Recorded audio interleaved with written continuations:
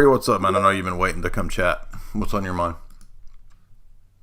Oh, by the way, I want to give this to the guy that called in, our buddy Soul there. Just 1 second, because this is the specific critique of what he was calling in about. Go ahead. What's on your mind? What's up, dog? What's on your mind? Hey, so I had a tweet that kind of took off that actually got your attention the other day. Basically, where I had said the reason I remain Protestant is church history and why I don't become Catholic. Mm-hmm. And we had this back and forth where I told you I actually agree with a lot of Orthodox things, but there's some stuff that prevents me from actually becoming Orthodox. And then you asked, well, what is it? So I came on here just to bring those things up and see if you can help me out a little bit, because I'd love to be convinced. Sure. Quick facts. I'm a Presbyterian pastor.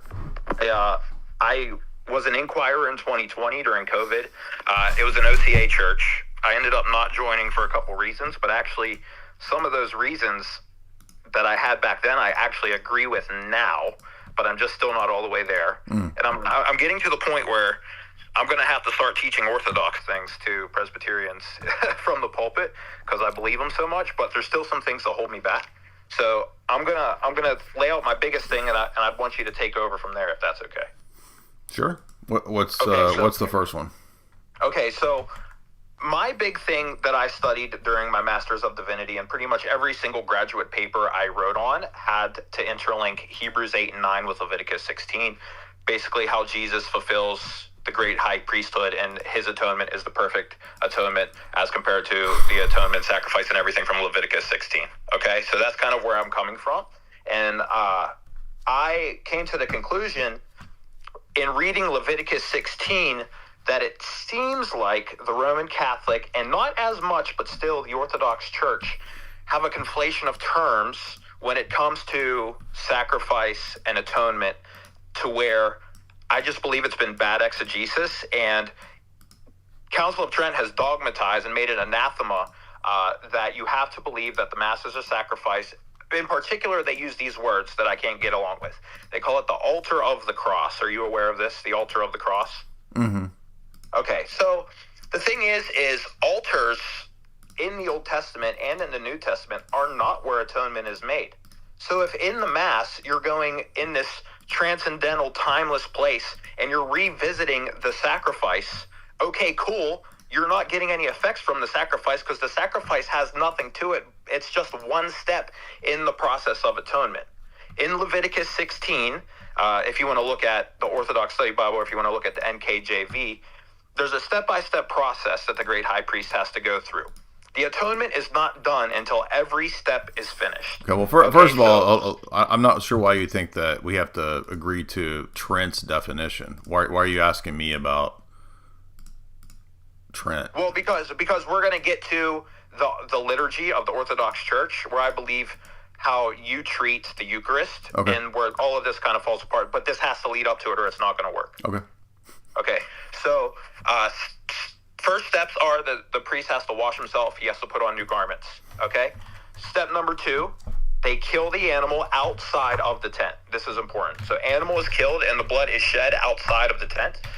Step 3, they're going to take that animal once it's killed, and they're going to carry it to an altar still outside of the Holy of Holies. So it's closer inside of the tabernacle. So, bro, I mean, I'm not trying to be rude, but like, I'm aware of the process of how the Jewish liturgy happens. But what's the point of this? Okay, atonement is not done until blood is sprinkled on the hilasterion, on the mercy seat. Okay, so Jesus' atonement is not finished on the cross. Jesus has just done his sacrifice on the cross. The atonement, from what I'm getting in my reading and my exegesis, yeah, he has to ascend into heaven, right? Exactly, correct. Yeah, I believe that. So what's the problem? You do believe that? Okay, this is great. This is awesome. This is going to help me out then. So it seems to me that the Roman Catholic Church skips this step, and they're saying that it's the cross where it's the altar, it's the hilasterion, it's everything that all happens at the cross. Even the penal substitutionary atonement for the Protestant, it all happens on the cross. The atonement happens on the cross, but I don't think that's the case. It happens in the Ascension. So you're saying the Eastern Orthodox teach this? Well, again, I mean, it's not an either or. It's like all of those things are necessary aspects of Christ making atonement or reconciling us to God. So you can't pick out one part of it and say that that's the totality of it. But there's nothing wrong with using terms to speak about one part that encompass the whole. That's just kind of the way language works. Like you can say, you know, Christ made atonement, even if you're only speaking about one aspect of it. We wouldn't conclude that because one aspect of it is just one aspect of it, you can't make the general term about that one aspect. Does that make sense? I get that. So you're saying you can refer to the cross as the thing that atones, even though in reality it was just a step in the process. Yeah. Okay, cool. I get that. I mean, I can jive with that as long as that's something. I mean, just like gets. I'm trying to think of other examples where you might speak this way, like the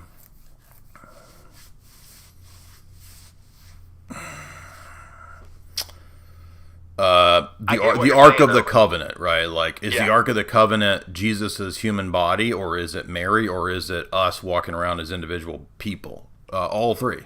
Yeah. So if I call Mary the Ark, that doesn't exclude the other senses of it. Got you. That's just the first thing that pops in my head as an example. Okay, so what you're going to say then is if, you know, in the liturgy, if you call it an altar of sacrifice, it's technically okay because when you're referencing this thing, you're talking about the totality from beginning to end, not just. Yeah. Okay, well that kind of changes everything there, Jay. I mean, okay. I've not heard this objection, so but that's just my initial response. It's something that came up to me, you know, in my graduate work that I hadn't heard either, and you know, so I think I'm just some retard who's thinking of something, you know. But you know, when I look things up, there's only been one other guy who's written stuff on it, so it's like I'm probably the one that's wrong. But when I'm looking these things up, it's I can't get around it. One thing I would say about a lot of Protestant objections is that most of the time they hinge on false dialectics or either ors. So it's sort of like, oh, well, do you believe in grace? Because it sounds like you believe in works. Do you believe in Bible, or do you believe in tradition? Sounds like you believe in tradition. Like, it's sort of like a lot of either ors, and they're usually false constructed either ors that, you know, are based around misunderstandings of language or word concept fallacies. Okay, I can track with that. So there's going to be one more thing. So I agree with the Orthodox view of ancestral sin. I do not believe in original sin, and I even had a pastor preach a sermon series against Pelagianism because of me.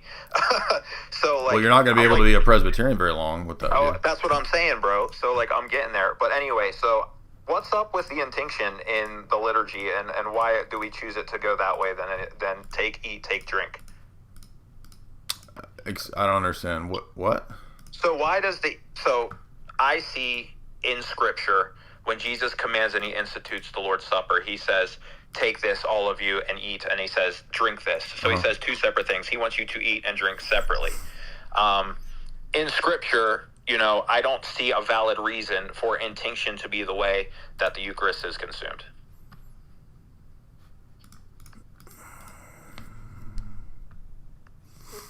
And then if you're looking anything up right now, I just want to say, like... No, I'm just, again, it's not I've not heard this objection. I mean, I think that there's a lot of things about what's happening in the upper room, right? Because it's still a Passover meal, right? Yes. So what's happening in the upper room is a transition from the Passover meal to what Jesus is instituting. So there's aspects of that meal that are not necessarily going to carry over into the tradition of the church. I mean, that would be my first inclination. It's like it's not the case that everything that happens in the Gospels or even the book of Acts is necessarily perpetually, eternally the case for the history of the church. That's why Jesus didn't establish a specific ritual for the apostles. He let the apostles craft a liturgical tradition for the apostolic sees that they set up. So there's probably something that happened within church history like that caused the church to do this that I'm not aware of. And you would have you could ask a liturgical historian that. I don't know. I'm seeing a similar problem just speaking out loud with myself, is where I'm being hyper autistic about the steps given in Scripture, and I get it, my Protestant background, but it's like, if it's not detailed in this order, in this way, it can't be right.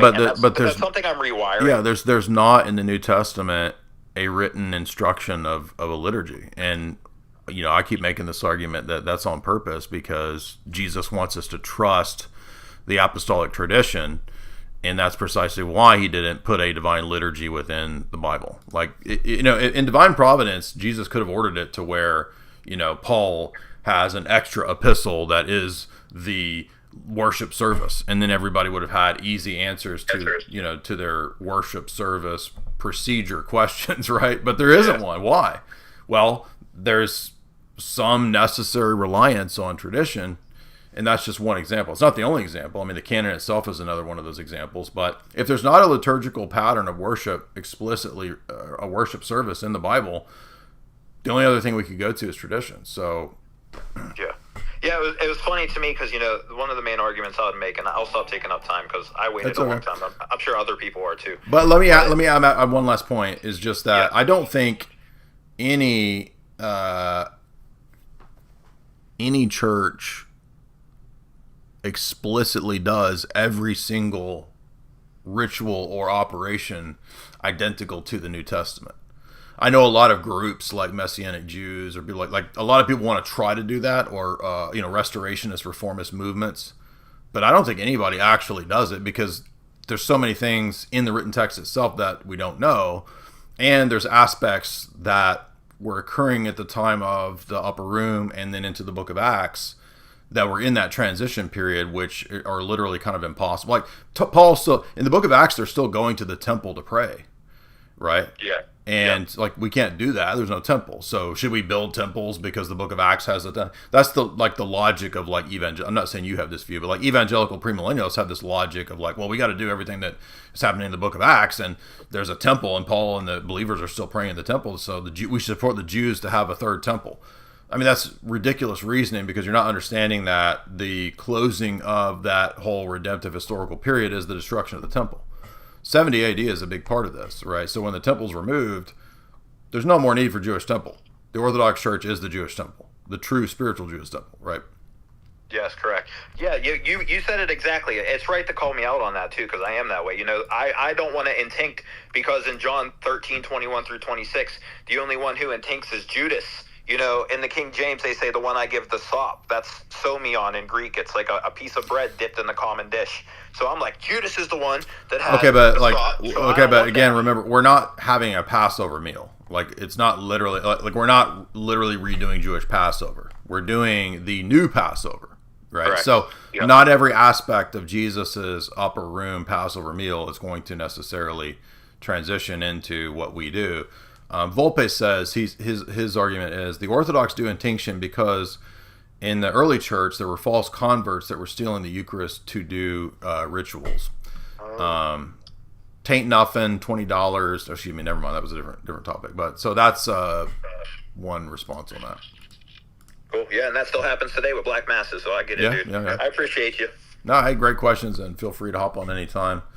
I appreciate your questions, Corey. There we go. Nice, cool Protestant dude.